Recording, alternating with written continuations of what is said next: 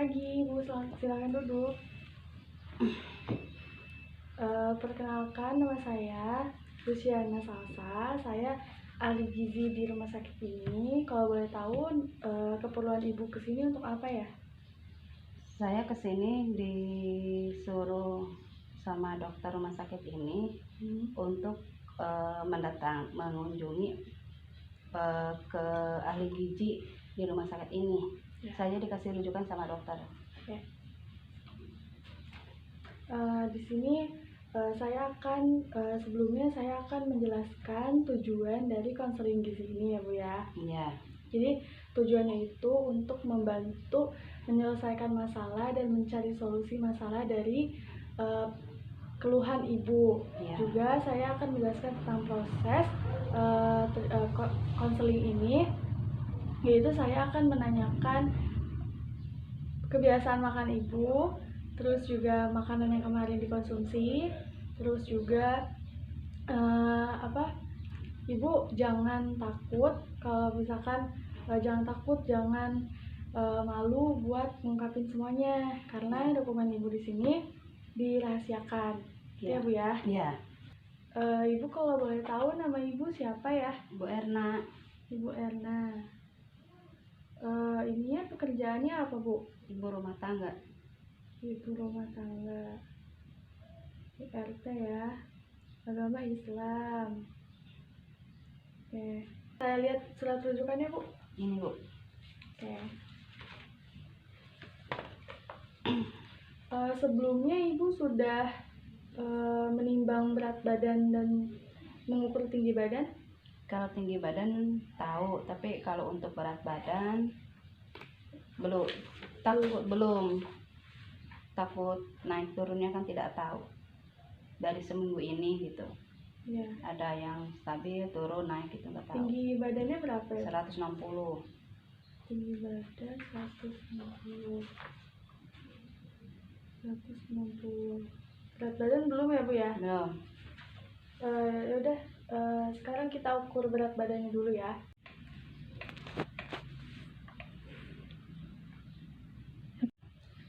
Selanjutnya saya akan menanyakan kebiasaan makan Ibu selama 3 bulan ke belakang. Ya. Menggunakan formulir FFQ. Ya.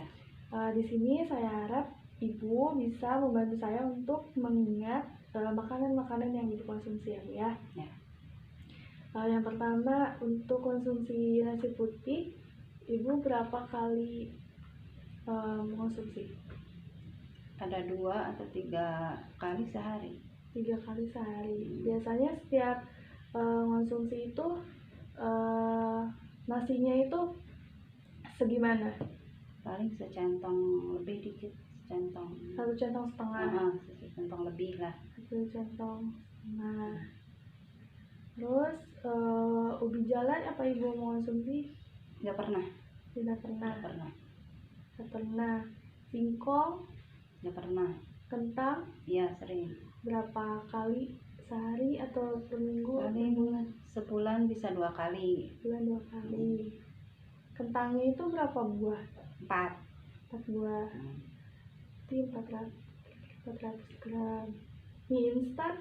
Mie instan paling seminggu sekali. Mie instan seminggu sekali. Oke. Bihun? Nggak pernah.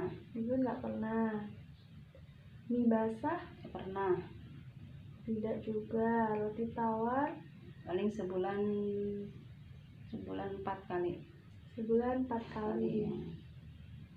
Makaroni? Nggak pernah. Pernah. Jagung? Jagung hampir seminggu 3 kali. Jagung seminggu 3 kali. Lalu bakwan, mengonsumsi bakwan? Hampir tiap hari. Hampir tiap hari. Tiap hari. Harinya berapa kali? Kalau tergantung, ada pagi, ada sore. Berapa yang dikonsumsi? Yang 2 buah. 2 buah. 2 buah ya. Ketoprak? Jarang, seminggu ada sekali lah. Seminggu ada sekali. 1 piring ya Bu? 1 porsi ya. Mie ayam? Ya mie ayam Jarang, bila bisa sebulan 3 atau 2 kali lah. Ya, Hmm, terus mie bakso sama. sama. 3 kali lah sebulan. Lalu protein nabatinya kacang tanah apa ibu mau konsumsi?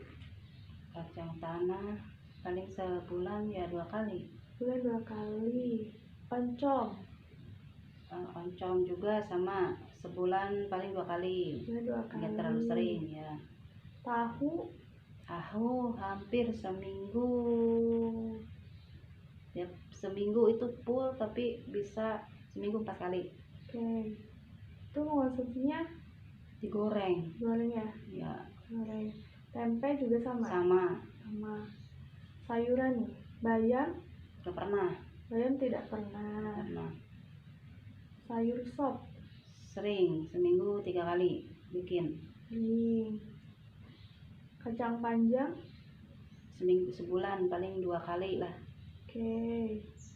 Ketimun Ya suka seminggu ada tiga penyajian, 3 kali beli kalau seminggu, dari seminggu itu. oke. Lalu buah-buahannya nih, alpukat Enggak, tidak. Anggur sering sebulan paling 2 kali nemu. sebulan 2 kali. Apel Ya, sama, paling sebulan 2 kali. juga sama. Hmm, Buah naga merah Enggak pernah, tidak suka soalnya. tidak pernah. Hmm, Jambu biji Paling sebulan sekali itu juga. Sebulan Kalau sekali. ya jeruk manis hampir setiap hari. hampir setiap hari. Oke.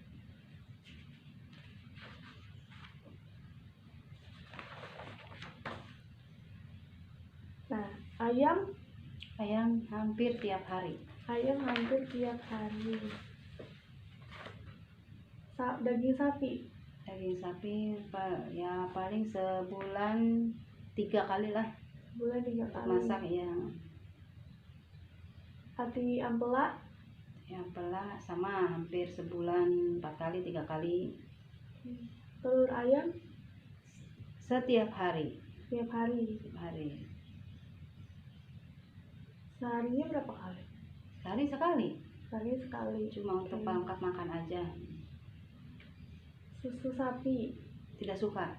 tidak suka. Nah, Minyak kelapa sawit ya setiap hari. setiap hari. Terus gula putih Mengkonsumsi paling seminggu 3 kali. minggu 3 kali. Oke. Selanjutnya saya akan menanyakan recall yang kemarin ibu konsumsi ya bu ya, karena yang ibu konsumsi.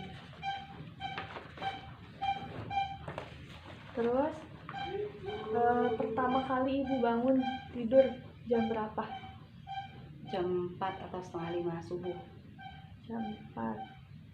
Setelah bangun tidur apa yang ibu lakukan?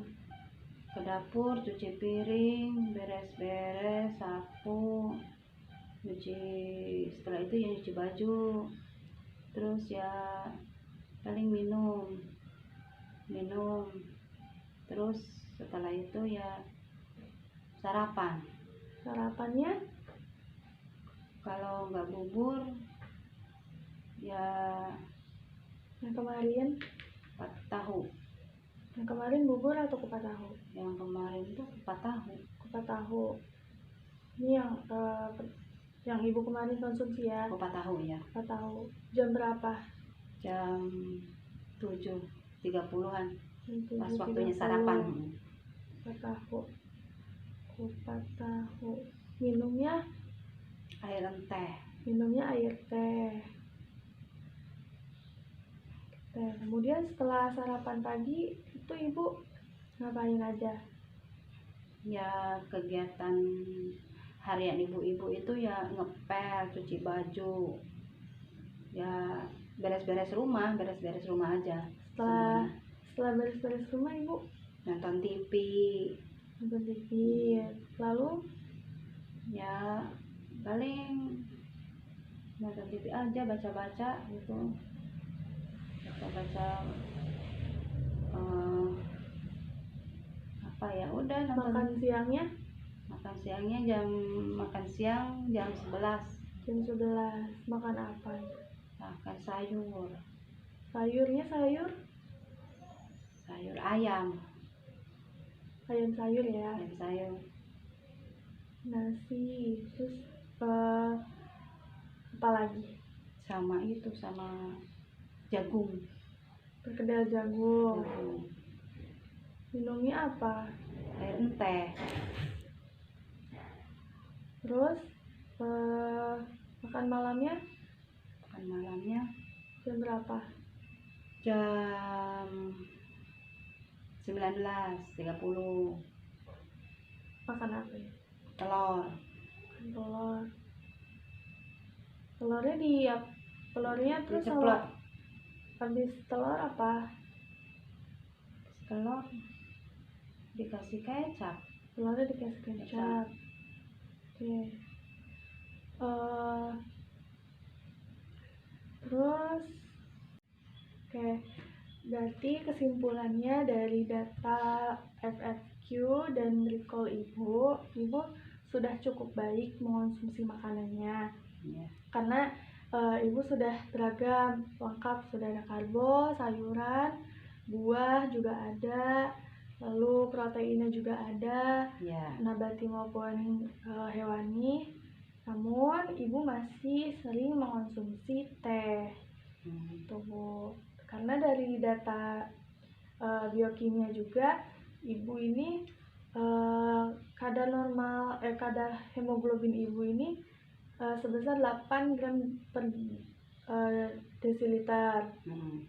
Yang dimana kadar normalnya itu perempuan dewasa itu 12 gram per desiliter. Itu ya Bu ya. Berarti habis saya turun ya Bu? Iya. Tuh Bu, selama saya nanya nih sama ibu ini merasa keluhan ini tuh mulai dari kapan? Sejak kecil, remaja lah, aktivitas sekolah ya, keseharian dari kerasanya itu sejak SMP, SMA itu udah kalau ada kegiatan yang padat atau apa pasti pusing gitu. Kalau udah duduk bangunnya lagi udah puyeng, tiba-tiba juga suka lagi duduk juga puyeng, jatuh gitu. Terus ya pokoknya sering pusing gitu. Yang ibu rasakan apa hanya pusing saja? Iya, pusing, tapi cuma emang lemes juga. Ada lemes. Kalau udah pusing itu pasti udah lemes, udah nggak bisa ngapa-ngapain. Oke. Jadi ibu ini sudah mengalami bahkan merasakan keluhan ini tuh dari sejak masih remaja. Iya, udah lama. Masih remaja, keluhannya itu pusing, badan lemas, ya. Ya, oke. Kemudian aktivitas ibu sehari-hari itu apa? Ya, aktivitas sehari-hari ya saya punya anak 3. Yang satu ya udah gede kuliah, yang satu ya SMA, yang satu SD. Ya keseharian ibu-ibu itu udah beres rumah, ya nonton TV atau santai-santai sedikit. Tapi untuk olahraga paling seminggu sekali, cuma olahraga ringan aja. Kalau enggak lari, jogging sedikit, bisa sepeda. Itu juga kalau lihat ada halangan enggaknya kita bisa goes gitu. Oke, saya ulang ya Bu, berarti ibu aktivitasnya itu cukup hanya sekedar di rumah saja, melakukan aktivitas kegiatan ibu rumah tangga pada umumnya. Kemudian olahraga juga ibu seminggu sekali, namun itu tidak mesti berangkat. Oke Ibu, selanjutnya saya akan menanyakan apakah ibu ada penurunan berat badan selama sebulan terakhir? Kalau penurunan berat badan itu paling sekilo, terus ditimbang sebulan bulan balik lagi ke asal gitu, tidak ada yang drastis. Tidak ada ya. Jadi stabil ya Bu ya. Stabil. Ya, oke. Ya. Lalu apakah ada riwayat penyakit keluarga mengenai masalah ibu saat ini? Ada. Iya. Itu apa, ibu saya sama darah rendah. Dari ibu juga. Dari ibu. Oke, dilihat dari diagnosis, dilihat dari data FFQ dan kebiasaan ibu dan recall ibu tadi. Ibu itu dari kategori asupan zat besinya itu kurang, berkaitan dengan seringnya mengalami pusing, ditandai dengan seringnya mengkonsumsi teh ya Bu. Terus ada dari kategori klinis, ibu ini anemia karena berkaitan dengan sering mengalami pusing, lemas, dan juga keringat dingin, ditandai dengan kadar hemoglobin ibu yang rendah, tadi 8 gram per desiliter. Jadi kesimpulannya, ibu mengidap anemia berkaitan dengan asupan zat besi ibu yang kurang, ditandai dengan HB ibu yang rendah. Ya Bu ya. Berarti saya itu air teh bisa pengaruh ya Bu? Iya, ada pengaruhnya. Ya Bu, jadi ibu ini sudah bagus tadi yang saya sudah katakan pola makannya. Namun ibu masih sering mengonsumsi teh. Kenapa? Karena teh ini kan ada zat gizi yang namanya tanin. Tanin ini dia menghambat proses penyerapan zat besi yang ada di dalam tubuh kita. Jadi ya zat besi yang ada di dalam tubuh kita itu tidak terserap dengan baik karena ada yang menghambat seperti itu Bu. Gitu. Jadi kan makanya tadi ibu keluhannya juga lemas gitu kan ya Bu ya, karena kan zat besi itu kan untuk menambah sel darah merah kita, sedangkan sel darah merah kita itu kan kurang. Juga kalau misalnya sel darah merah kita itu kurang, berarti oksigen yang diedarkan ke dalam tubuh kita ini juga kurang, makanya kita sering mengalami lemas, juga pusing, bahkan sesak gitu. Tapi ya kalau makan enggak minumnya teh itu kurang afdol menurut saya Bu, enggak kenyang gitu. Kalau orang kampung itu enggak kenyang kalau cuma minum air putih, harus minum teh. Iya saya paham. Jadi memang sudah terbiasa ya Bu ya. Iya.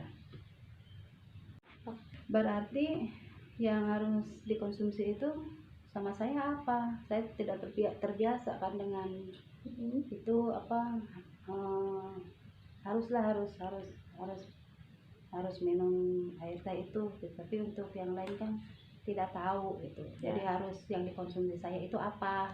Ya, jadi yang harus ibu konsumsi itu yang lebih utama ya Bu ya, itu yang sumbernya dari protein hewani, daging-dagingan merah. Jadi kayak daging sapi atau enggak daging ayam, hati sapi, hati ayam, kayak gitu. Itu yang harus ibu konsumsi. Selain makan makanan protein hewani, itu ada lagi kan Bu? Untuk sayuran dan protein nabati ini boleh saja dikonsumsi, namun memang penyerapan zat besinya itu lebih kecil dibanding yang protein hewani tadi, karena protein hewani tadi itu lebih cepat diserapnya. Kalau protein nabati dan sayuran itu memang dia yang diserap oleh tubuh kita itu hanya sedikit.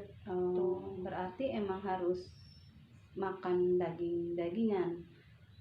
Terus untuk minuman tehnya itu gimana Bu?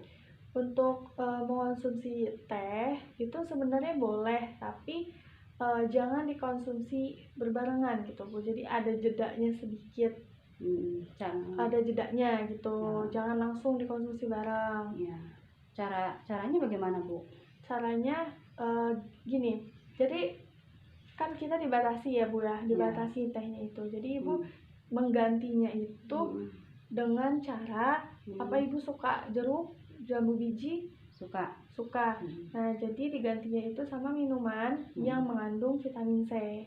Kenapa? Karena vitamin C ini mampu menyerap zat besi lebih cepat gitu. Jadi vitamin C ini tuh yang memboost zat besi ini agar diserap lebih cepat di dalam tubuh kita gitu. Jadi tadi kan yang menghambat penyerapan zat besi itu kan teh, ya tanin. Nah, ini yang mempercepat penyerapan zat besi itu adalah vitamin C. Ya, jadi Ibu mengganti minuman yang teh jadi minuman yang mengandung vitamin C.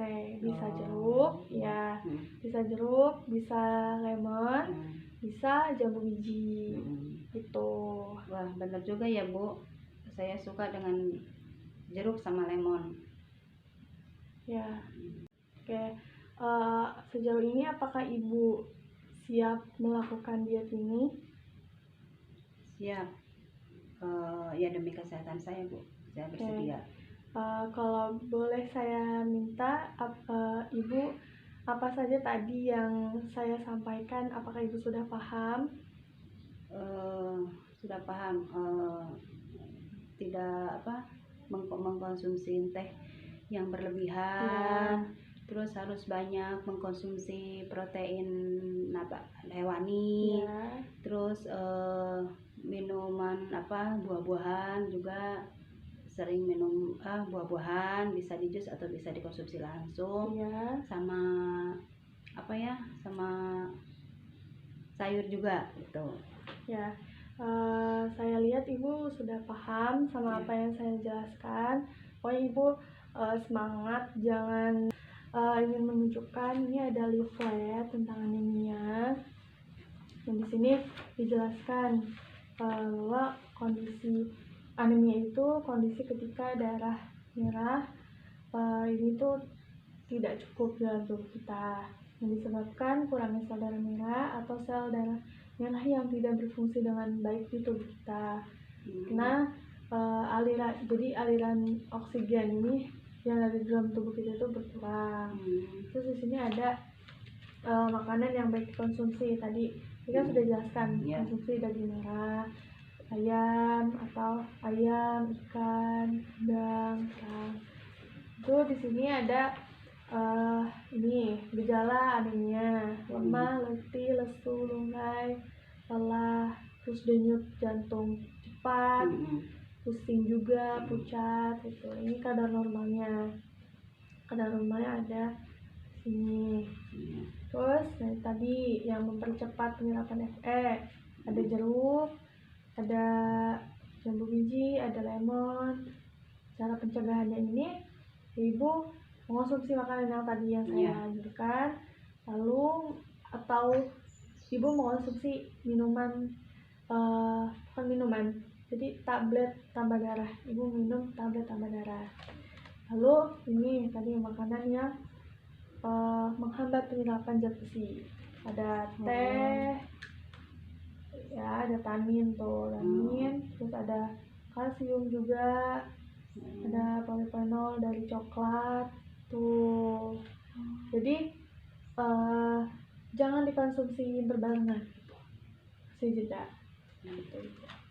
Nah, ini boleh dibawa pulang.